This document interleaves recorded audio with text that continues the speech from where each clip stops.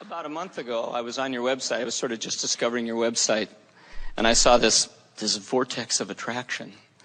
And I was thinking to myself, well, they talk a lot about abundance, and I was thinking, a vortex of abundance. And I was going, what would that be like? And I flashed back to a memory many, many, many years ago that I had totally forgotten. I was sorry about the story, but it's the way it happened.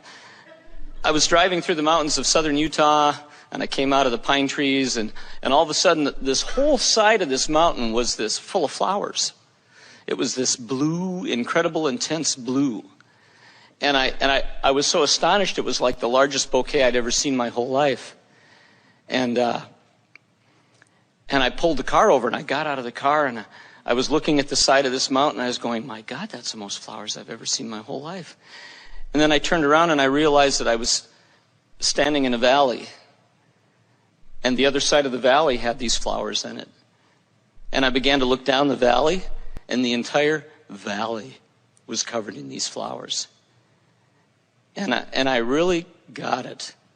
Like the vortex of abundance. The vortex of abundance. To the depth of my toenails. And I realize now, and I don't quite know what to do with this. This is kind of why I'm here. The natural state of the universe is abundance. Like blades of grass, like blue flowers in valleys, like grains of sand. And I remember the feelings I felt. I felt exhilarated. I felt incredible joy. I felt astonishment.